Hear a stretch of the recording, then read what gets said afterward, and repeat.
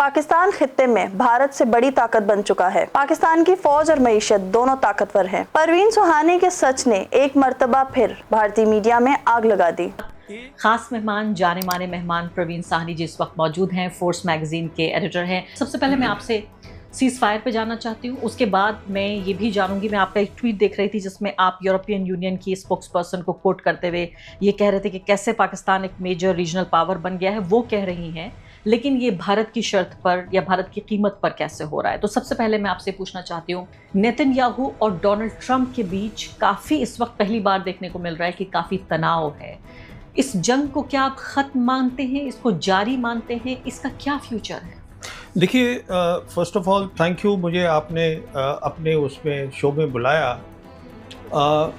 इस जंग की सबसे बड़ी प्रॉब्लम क्या है कि ये लड़ाई नेतन्याहू की है और प्रेसिडेंट ट्रंप जो है, कुछ कारण है जिनके कारण वो नेतन्याहू को ना नहीं कर पा रहे हैं। तो सारी प्रॉब्लम जो हो रही है इस समय वो नेतन्याहू की प्रॉब्लम है। तो जहाँ तक प्रेसिडेंट ट्रंप का ताल्लुक है, आज प्रेसिडेंट ट्रंप चाहते हैं कि मैं जल्दी से जल्दी यहाँ लड़ाई को छोड़ दूँ।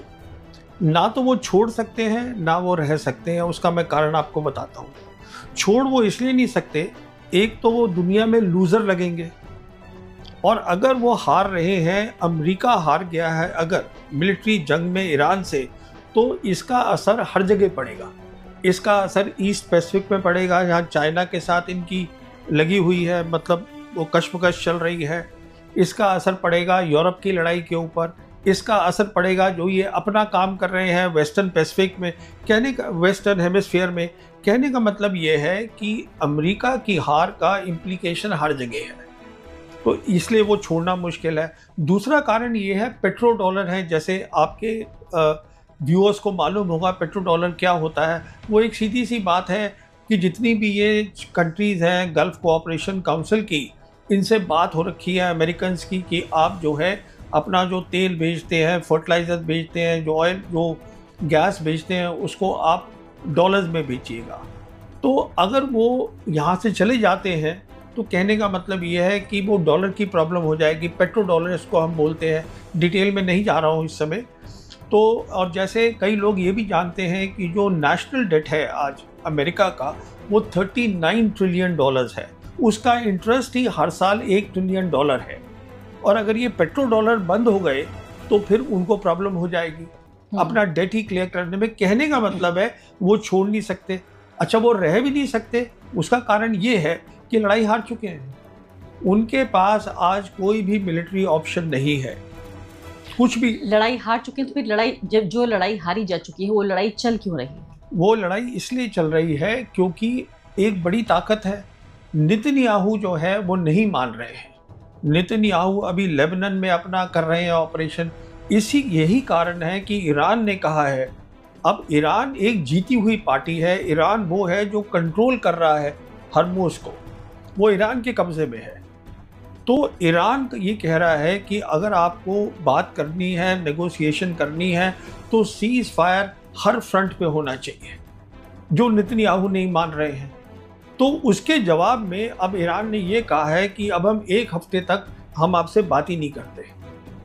और जो भी वो कर रहे हैं नेतन्याहू वहाँ पे, वो यहाँ कुवैत में कर रहे हैं, क्योंकि कुवैत जो है यहाँ पर अमेरिकन फोर्सेज हैं। लेकिन हमला तो ईरान ने किया है कुवैत के ऊपर। मैं ईरानी की बात कर रहा हूँ ना। तो ईरान यहाँ हमला कर रहा है क्योंकि अमेरिका में नहीं कर सकता। नेतन्याहू जो है उसको कंट्रोल नहीं कर पा रहे। ट्रंप जो है आज कंट्रोल नहीं कर पा रहे। मतलब उनके बीच तो रिश्ते ऐसे हो गए कि गाली गलौज की भाषा का इस्तेमाल हो रहा है डोनाल्ड ट्रंप और नेतन्याहू के बीच। आप ये कह रहे हैं फिर नहीं, ये फ्रस्ट्रेशन है, जिसे कहते हैं ना, ये उसका वर्ड क्या हुआ कि अंदर से आप हेल्पलेस हैं, आप कुछ नहीं कर सकते हैं, बेबसी है। तो ये बेबसी का नमूना है इसमें, और कुछ नहीं है। तो मजबूर क्यों है हम? इससे पहले कि मैं अगले सवालों पे आऊं, मुझे ये बताइए कि ऐसी क्या मजबूरी है? कई बार लोग पूछा करते हैं, इसका बहुत सिंपल जवाब दिया जाता है कि भाई देखिए, वेस्ट एशिया में अमेरिका का चौकीदार है इजराइल। लेकिन ये बहुत, मुझे लगता है, सरलीकरण है, सिंप्लीफिकेशन है इस इशू का, लेकिन इससे ज्यादा कॉम्प्लेक्स है। ऐसी क्या मजबूरी है? क्या एप्स्टीन है? नहीं, एप्स्टीन तो है ही एक इशू, पर उससे बड़ा इशू ये है, या उतना बड़ा इशू ये है, जिसको हम बोलते हैं इजराइल लॉबी। जो इजरायलीज हैं अमेरिका के अंदर, उनके पास बहुत पैसा है और वो बहुत चीज़ें कंट्रोल करते हैं। कारोबार। जी हाँ, कारोबार, जैसे ये डिफेंस इंडस्ट्रियल कॉम्प्लेक्स है, वहाँ पर उनका काफ़ी दबाव है, पैसा बहुत है। यूएस कांग्रेस है, उसमें बहुत सारे मेंबर्स हैं, वो जूइश लॉबी के हैं, वो जूस हैं। जैसे मार्को रूबियो है, सेक्रेटरी ऑफ स्टेट, ये भी जो है ये जू को सपोर्ट करते हैं। जो पीट हेग्सेथ है वो सपोर्ट करते हैं। कहने का मतलब ये है, और इनके कि दामाद भी, कुशनर जो है वो भी करते हैं। कहने का मतलब ये है कि जूइश लॉबी जो है उसका जो कंट्रोल है अमेरिका के ऊपर, पूरे सिस्टम के ऊपर, वो बहुत तगड़ा होल्ड है। और क्या यही वजह है कि राष्ट्रपति बदल सकते हैं, पार्टियां बदल जाती हैं, लेकिन ये जूइश लॉबी हमेशा हावी रहती है? ये हमेशा हावी रहती है। और ये भी बताया जा रहा है कि उन्होंने बहुत पैसे भी खर्चे हैं ट्रंप को प्रेसिडेंट बनाने में, इनके इलेक्शन में। पर आज सिचुएशन ये आ गई है कि ट्रंप जो है इनके झांसे में आ गए। झांसा ये था कि हम ये लड़ाई जल्दी ख़त्म कर देंगे, हम टॉप लीडरशिप को मार देंगे ईरान की और लड़ाई ख़त्म हो जाएगी। तो वो तो हुई नहीं है। अच्छा, जो एक प्रॉपर होता है, जिसे हम कहते हैं जब आप लड़ाई करने जाते हैं तो एक प्रॉपर वॉर एप्रिसिएशन होती है। आप जायज़ा लीजिए कि आपके दुश्मन के पास क्या है, मेरे पास क्या है, वो करा नहीं। क्योंकि ट्रंप को बता दिया गया नेतन्याहू ने कि ये सब काम ख़त्म हो जाएगा, मुझे मालूम है। उन्होंने कहा चलिए, जैसे हमने वेनेजुएला में करा, मुडुरो को, प्रेसिडेंट मुडुरो को उठा लिया, तो यहाँ भी कुछ हो जाएगा। तो हम ये सुप्रीम लीडर को मार देंगे, टॉप लीडरशिप को मार देंगे, तो ये पूरा ईरान जो है वो खत्म हो जाएगा। मार तो दिया था डे 1 पे, सबसे बड़े नेता का सर उठा के ले गए। देखिए, ईरान एक अलग मुल्क है, ईरान की एक हिस्ट्री है, एक सिविलाइजेशन है। अब ये तो एक अलग सब्जेक्ट है डिस्कस करने के लिए। ईरान ये इन बाकी कंट्रीज की तरह थोड़ी ना है वहाँ वेस्ट एशिया में। ईरान एक अलग चीज़ है, तो उसको समझने की ज़रूरत है। उसको समझने की ज़रूरत है ईरान ने क्या क्या सीखा है। उनकी 8 साल की लड़ाई हुई थी, जबकि ये इराक को सब ये अमेरिकन सब सपोर्ट कर रहे थे, तो वो 8 साल लड़े हैं उनके साथ। उनके ऊपर 79 से सैंक्शंस लगे हुए हैं। उस सैंक्शंस के अलावा, despite the sanctions, they are doing very well. और एजुकेटेड लोग हैं, पढ़े लिखे लोग हैं। ये सब चीज़ें जो होती हैं उनको सबको देखना पड़ता है। लेकिन अभी मुझे बताइए कि इससे पहले कि मैं पाकिस्तान वाले मुद्दे पर आऊं, जो बहुत अहम मुद्दा है, क्योंकि हमारे खित्ते से भी ताल्लुक है इस बात का, और तमाम इंडियन प्रेस ने काफ़ी, मैं कहूँगी कि इंटरेस्ट के साथ इसको छापा भी, जब ये पूरा क्राइसिस उभर के आ रहा था इसी वॉर के मद्देनजर। लेकिन उससे पहले मुझे एक सवाल ये पूछ लेने दीजिए आपके, अभी इस जंग को खींचना, लगातार मैं पढ़ रही थी कि हक में इस बात के है कि नेतन्याहू इस जंग को खींचना चाहते हैं, और ये ईरान के फायदे में नहीं है, क्योंकि ईरान को जितना खोखला कर देंगे नेतन्याहू वो उतना अच्छा रहेगा। आप ये देखिए कि ईरान लड़ तो रहा है, जमा हुआ तो है, लेकिन हर एक हमले के साथ उसकी ताकत कम हो रही है। उसके फौजी नहीं मारे जा रहे हैं, लेकिन उसका असलहा कम हो रहा है। तो इस जंग को लगातार नेतन्याहू तो यही चाहते हैं कि कभी कोई युद्धबंदी हो ही ना, और ये जंग चलती रहे। मेरा दृष्टिकोण जो है वो आपसे अलग है। अच्छा, ईरान कमज़ोर नहीं हो रहा है, ईरान मजबूत हो रहा है। ईरान इसलिए मजबूत हो रहा है क्योंकि आज पूरी दुनिया उसके साथ खड़ी है। 2 बड़ी ताकतें मल्टीपोलर वर्ल्ड में, चाइना और रशिया, ईरान के साथ खड़ी हैं। आज ईरान के जो लोग हैं, जो कि 79 से जिनके ऊपर सैंक्शन लगे हुए थे, जो परेशान थे, आज उनको भी पता है कि जब ये लड़ाई ख़त्म होगी तो वो ईरान जो है पुराना ईरान नहीं रहेगा। ईरान वेस्ट एशिया का डोमिनेंट पावर है। जहाँ तक ईरान का तेल है, ईरान तेल बेच रहा है, वो रोड से जा रहा है, उसके स्टेट ये हरमोज से जा रहा है, चाइना को जा रहा है। ईरान को असला आ रहा है, असले का सामान आ रहा है। ईरान तो मजबूत हो रहा है। जो कमज़ोर हो रहा है दिन पर दिन, जिसका स्टेचर कम हो रहा है, जिसका कद छोटा होता जा रहा है, वो है अमेरिका। इजराइल और नहीं, इजराइल तो जिद में पड़ा हुआ है। इजराइल जो है बिना अमेरिका के लड़ाई लड़ ही नहीं सकता ईरान के सामने खड़े होकर। लेकिन ईमानदारी से मुझे एक बात बताइए, हमने ईरान के बड़े कसीदे पढ़े हैं कि ईरान की ताकत ये हो गई, फलां नहीं, वो काफिले, वो जैसे कहते हैं तारीफ, हाँ, वो सही है। नहीं, मैं आपको वो बता रहा हूँ ईरान के बारे में जो मैंने पढ़ा है, समझा है, सोचा है। मेरा सवाल दूसरा है। मेरा सवाल ये है कि ये बताइए कि मैंने कहा कि कसीदे हमने बहुत पढ़े कि ईरान की ये ताकत है, उसकी ये प्रोग्रेस है, लेकिन क्या अगर ईरान के साथ चीन और रूस नहीं होते तो ईरान वही ईरान होता? क्या अमेरिका से लड़ पाता? नहीं, देखिए, ये तो वही बात होगी कि अगर लड़ाई ट्रंप ने नहीं करी होती तो क्या होता। अब जो हो गया है, अब ना होने का, सी, ये अजम्पशंस का ग्राउंड रियलिटी से क्या लेना लेकिन देना? इंडिविजुअल ताकत को भी तो बताइए, ईरान की बहुत खुद की ताकत है, क्या है? इंडिविजुअल ताकत बहुत है। ये वो ताकत है जो 1980 से 1988 तक ये लड़े हैं। They have fought the war with Iraqis. Iraq was backed by the West. ये उनके साथ उन्होंने लड़ाई करी है। ईरान को आप अंडर एस्टिमेट मत करिएगा। तो फिर तो ये मसला ये हुआ कि सिर्फ ईरान ने न सिर्फ कि उसकी मिलिट्री पावर के बारे में हमें पता नहीं था, बल्कि उसने पूरी दुनिया से जो जियो पॉलिटिक्स है और जो इकोनॉमिक्स है उससे अलग अपना एक इकोनॉमिक स्ट्रक्चर और मॉडल भी खड़ा कर लिया। देखिए, ईरान जो है, इसीलिए मैं हमेशा बोलता हूँ कि एक मुल्क में लोगों को पढ़ा लिखा होना चाहिए। एक पढ़े लिखे लोग हैं, एक सिविलाइजेशन से आ रहे हैं, उनकी जो लड़ाई लड़ने की नीति भी है, जिसको रणनीति हम बोलते हैं, वो एक्सेप्शनल है। किस तरीके से उन्होंने सोचा कि हमें सबसे पहले ये हमारा है स्ट्रेट ऑफ हॉर्मुज़, इसको हम करेंगे तो दबाव पड़ेगा, पूरा इकोनॉमिक दबाव पूरी दुनिया पे पड़ेगा। फिर किस तरीके से आप सोचिए, जो भी आज हिजबुल्लाह हैं, हूतीज़ हैं, हमस हैं, ये कौन है? ये सब हाथ हैं ईरान के। ये लड़ रहे हैं, ईरान के साथ कोऑर्डिनेट करते हैं। This is what is called a military strategy. तो ईरान नहीं खड़ा है, ईरान के साथ ये सब खड़े हैं। ईरान की सोच देखिए, ईरान ने जाके रशिया के साथ अपना 20 साल का करा स्ट्रेटेजिक पार्टनरशिप। ईरान ने चाइना के साथ अपनी पार्टनरशिप करी, बेल्ट एंड रोड वहाँ पर आया। ईरान जो है आज मेंबर है एससीओ का, ईरान मेंबर है ब्रिक्स का। ईरान कहाँ अलग थलग है? जो बोलते हैं कि Iran is isolated, everybody else is isolated. आज जो है हिंदुस्तान को छोड़ के और अमेरिका जो मजबूरी में है, एक मुल्क मुझे बता दीजिए जो इजराइल के साथ खड़ा है। एक मुल्क इजराइल के साथ नहीं खड़ा है। पूरा यूरोप भी खिलाफ हो गया है। अमेरिका में लोग खिलाफ हैं। ये सिर्फ हिंदुस्तान खड़ा है इजराइल के साथ, और कोई भी मुल्क नहीं खड़ा। जी हाँ, अगला सवाल मैं पाकिस्तान पे आती जी। और चूंकि इस बात की काफ़ी चर्चा हुई और आलोचना भी हुई जब ये पॉडकास्ट हमने रिलीज़ किया कि आप हमारे दुश्मन देश की तारीफ़ कर रहे हैं, हालांकि हम जो कर रहे थे वो सिर्फ कोल्ड फैक्ट्स पे बेस्ड एनालिसिस कर रहे थे। अब कुछ और कोल्ड फैक्ट्स आ गए हैं और हो सकता है कि ये बात सुन के पाकिस्तानियों को बहुत अच्छा भी ना लगे, लेकिन जो फैक्ट्स हैं वो तो रहेंगे ही।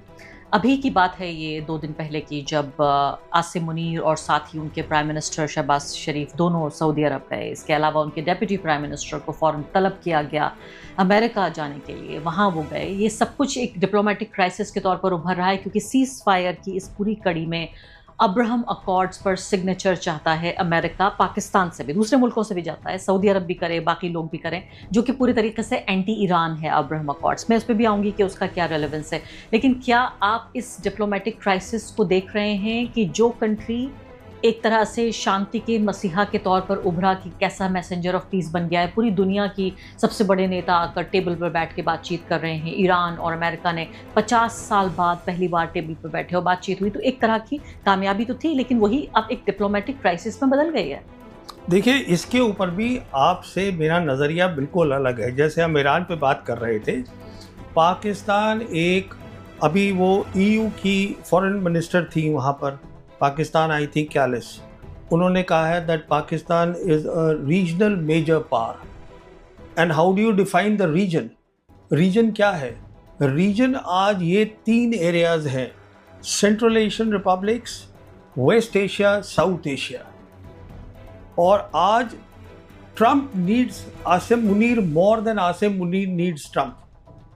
आज जब अभी हुआ है शंग्रीला डायलॉग, जहाँ पर पीट हेग्सेट थे, ये सेक्रेटरी ऑफ वॉर अमेरिका के, उनसे एक सवाल पूछा गया हिंदुस्तान पाकिस्तान पे, तो उन्होंने कहा हम चाहते हैं कि हमारा दोनों के साथ है और हम दोनों को अलग अलग लेन्स में हम उनके साथ काम करना चाहते हैं।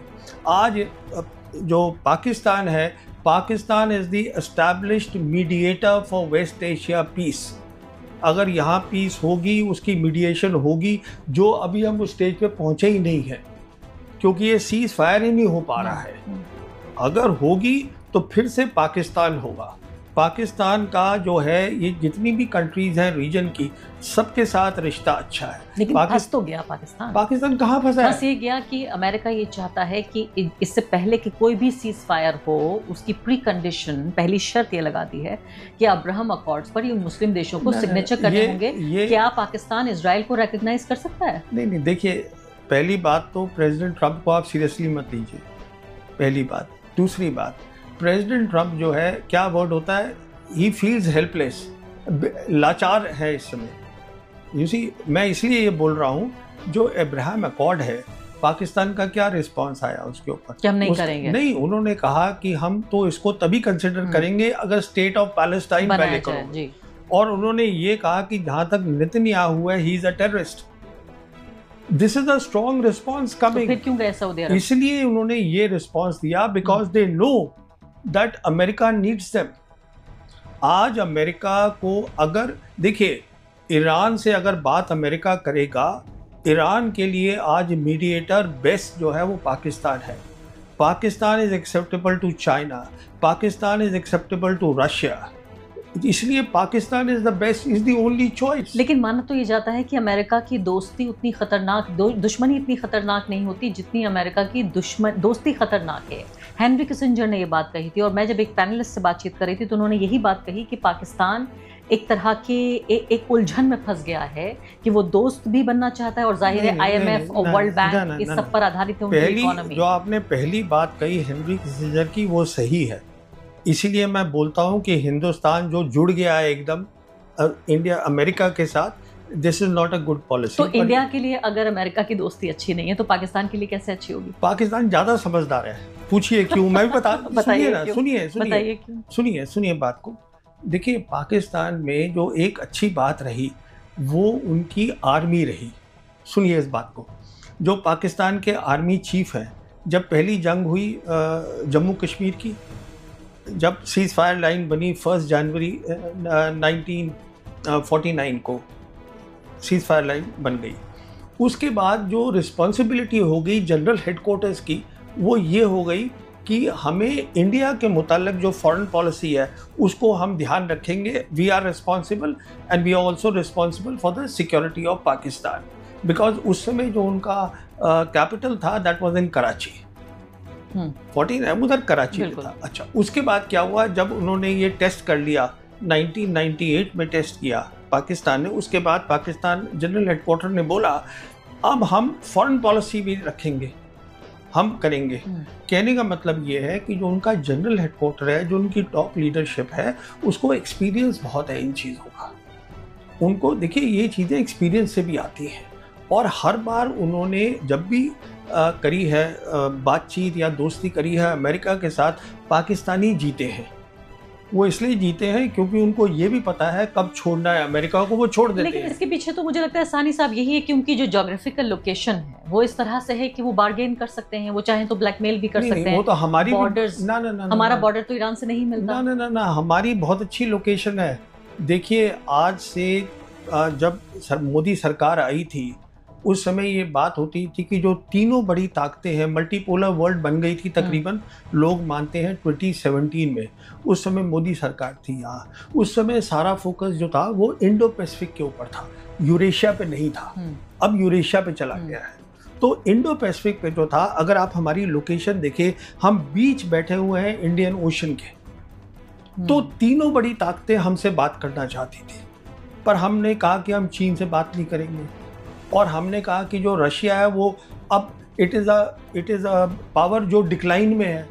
जो हमारे अभी CDS रिटायर हुए हैं अनिल चौहान, ये उनकी स्टेटमेंट है, हम सिर्फ अमेरिका के साथ बात करेंगे। तो कहने, और अमेरिका हमको जो है वो बराबरी से बात नहीं करता, अमेरिका किसी के साथ बराबरी से बात नहीं करता, उनकी आदत यही है। कहने का मतलब ये है कि ये लोकेशन तो एक चीज़ होती है, दूसरी चीज़ क्या होती है जो पाकिस्तान के हक में है। एक लोकेशन है, मुस्लिम नेशन है, न्यूक्लियर वेपन है, दुनिया इस नतीजे पर पहुंची है, जो कि EU के foreign minister this lady also said the same thing in Pakistan that you are a regional major power. How did they come to this conclusion? उसी तरीके से जैसे अमेरिका पहुंची बिकॉज ऑफ ऑपरेशन सिंदूर। लेकिन अगर इतने ही शानदार लोग होते तो इकोनॉमी इतनी खराब अब देखिए, ये दो बातें हो गई। नहीं, लेकिन आप बताइए, आर्मी का भी पूरा बजट। नहीं, सुनिए बात, ये दो बातें हो गई। अब security policy, foreign policy, governance, these are separate things. अब गवर्नेंस में कमजोरी है, वो उनको ठीक करनी नहीं, पड़ेगी। लेकिन देखिए एक गरीब मुल्क के लिए आपने चूंकि उनकी आर्मी हाँ, की हाँ, तारीफ की, हाँ, इसलिए मैं सवाल हाँ, यहाँ ये हाँ, पैदा होता है कि एक इतने गरीब मुल्क के हाँ, लिए हाँ, सिर्फ इसलिए कि उनकी पूरी आर्मी और पूरी जो उनकी स्ट्रेटजी है वो इंडिया के अगेंस्ट है, इंडिया सेंट्रिक है, इसलिए एक बड़ा हिस्सा उनके बजट का जाता है उनकी आर्मी। हमारे यहाँ भी बहुत कोशिश करते हैं लोग कि ज्यादा से ज्यादा डिफेंस को जाए बजट। हो सकता है आप एक पूर्व सैनिक के तौर पर आप भी इस बात की वकालत करें, मैं इसकी वकालत नहीं करती कि ज्यादा बजट जाना चाहिए डिफेंस को। मुझे लगता है वो एजुकेशन में जाना चाहिए और दूसरे वेलफेयर के कामों में जाना चाहिए। लेकिन अगर यही आर्मी का ये पूरा कंट्रोल नहीं होता तो उनकी इकोनॉमी बेटर होती। क्यों वर्ल्ड बैंक, IMF और अमेरिका और साथ साथ सऊदी अरब, UAE, इन सब की डोनेशंस पे तो ये मुल्क, ये जो मुल्क है हमारा पड़ोसी मुल्क, ये डिपेंड करता है। तो इतने शानदार कैसे हो गए, इतने कामयाब कैसे तो हो गए? अब आप इसका जवाब सुनिए। जवाब इसका ये है, ये दोनों चीजें अहम होती हैं, देश की तरक्की, डेवलपमेंट और आपकी सॉवरेन इंटीग्रिटी कि आपके बॉर्डर सिक्योर हैं। अच्छा, अभी तक क्या होता था, जब यूनिपोलर वर्ल्ड था तब ये सोच होती थी, सबकी होती थी कि आप ज़्यादा पैसा जो है आप उस पर लगाइए सिक्योरिटी के ऊपर, फौज खड़ी करिएगा। अब एक जो नई सोच आ रही है, जिसका मैं बता रहा हूँ न्यू वर्ल्ड ऑर्डर, इसमें एक नया कॉन्सेप्ट आ रहा है जो कि जिसको सपोर्ट कर रही है चाइना और रशिया, और जो शी जिनपिंग ने प्राइम मिनिस्टर मोदी को भी बताया था अक्टूबर 2019 में, जब महाबलीपुरम में सेकंड इनफॉर्मल समिट हुई थी। उसको कहते हैं हम कलेक्टिव सिक्योरिटी। उसका मतलब ये होता है, मिसाल के तौर पर हमारे जो है प्रॉब्लम है, पाकिस्तान को और हिंदुस्तान को लाइन ऑफ कंट्रोल है, तो उसके लिए हमें क्या करना है, बातचीत करनी है। ये देखना है कि किस तरीके से हम उसको, जो हमारा डिफेंस है, उसको हम सिक्योरिटी में कन्वर्ट करें।